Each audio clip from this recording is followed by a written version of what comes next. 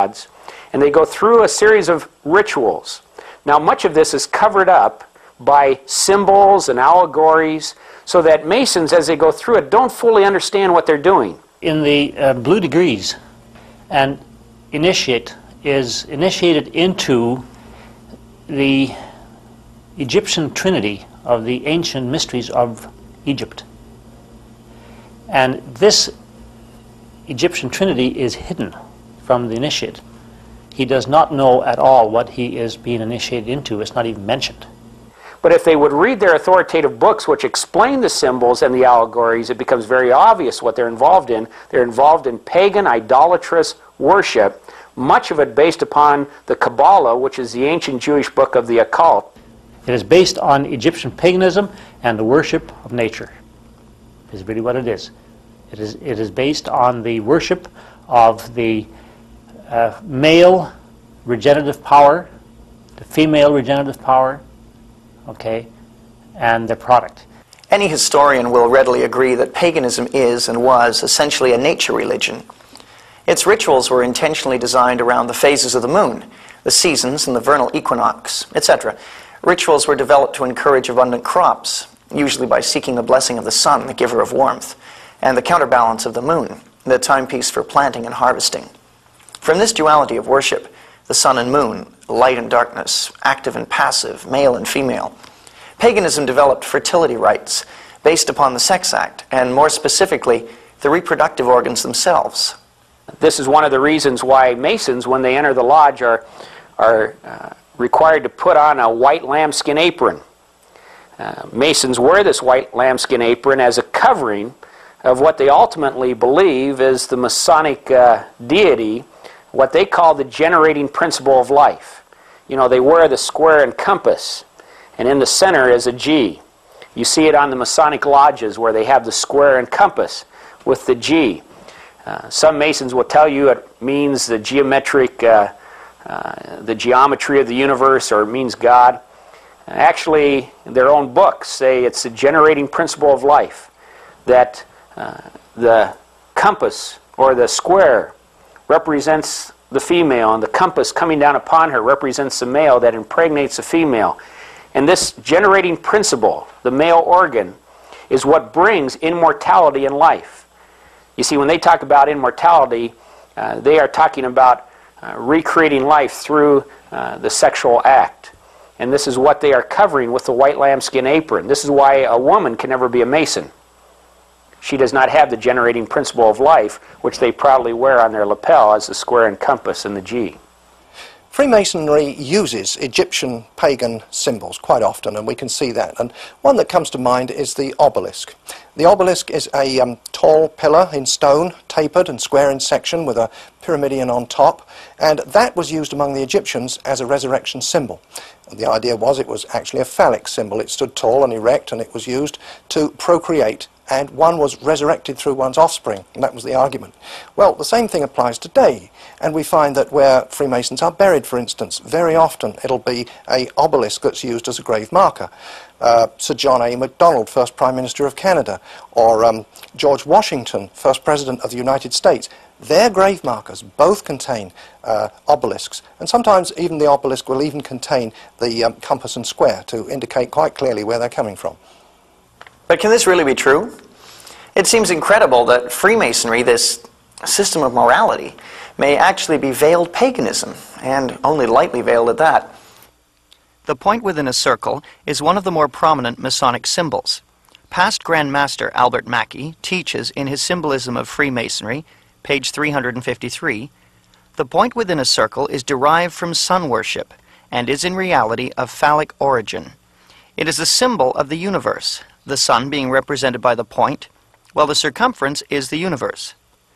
Mackey states further in his Manual of the Lodge, page 56, the phallus was an imitation of the male generative organ. It was represented usually by a column, which was surmounted by a circle at its base. The point within a circle was intended by the ancients as a type of the prolific powers of nature, which they worshipped under the united form of the active or male principle and the passive or female principle. Paganism recognized and worshipped these powers as the creative force in nature. Albert Pike was Grand Commander of Scottish Rite Freemasonry in the 1800s. From his book, Morals and Dogma: the sun and moon represents the two grand principles of all generations, the active and passive, the male and female. Both shed their light upon their offspring, the blazing star, or Horus. These Masonic authorities agree that the symbols of Freemasonry are occultic and derived from paganism.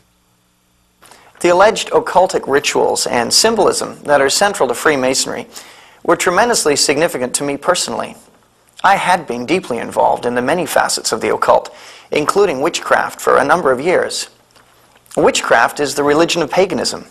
It's the worship of the sun god and the moon goddess in various forms.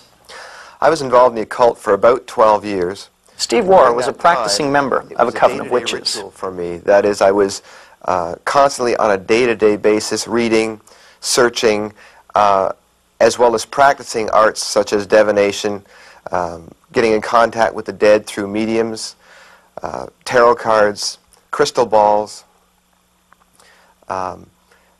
everything that we would consider occult, I was involved in. There's a great deal of symbolism in witchcraft itself. Many of the implements used have significance in terms of natural elements, such as the wand representing air, the athame, a sword representing fire, a chalice with water, and a pentagram representing earth.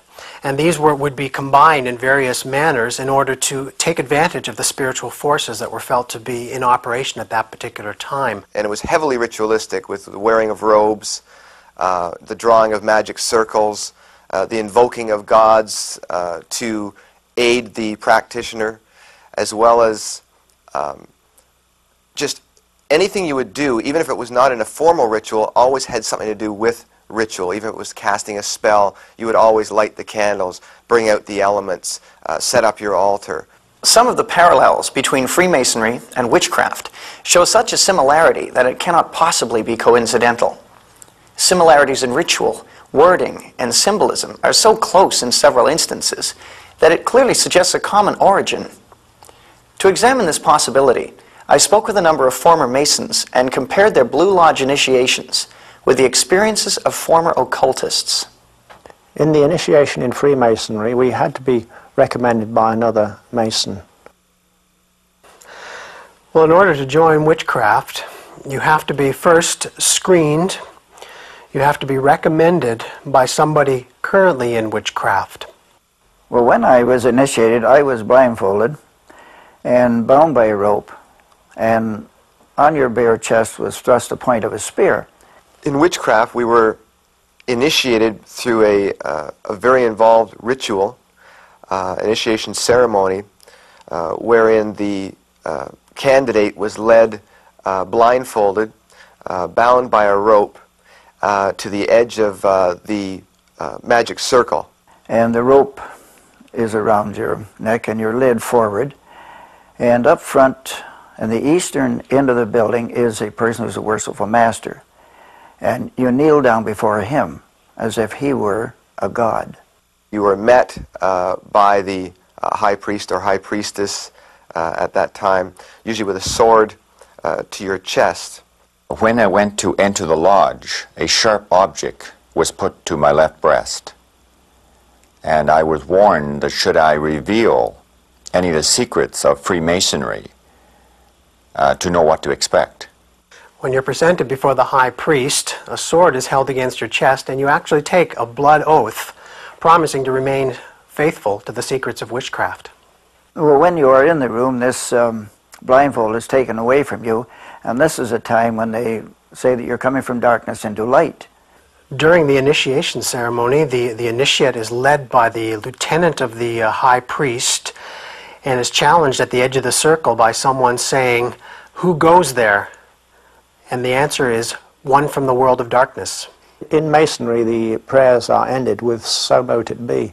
Oh, and one of the other aspects of, or distinctives of the craft was that we would always end any spell or ritual where we released the power, this is where the power was released, with the word "So mote it be." I was intrigued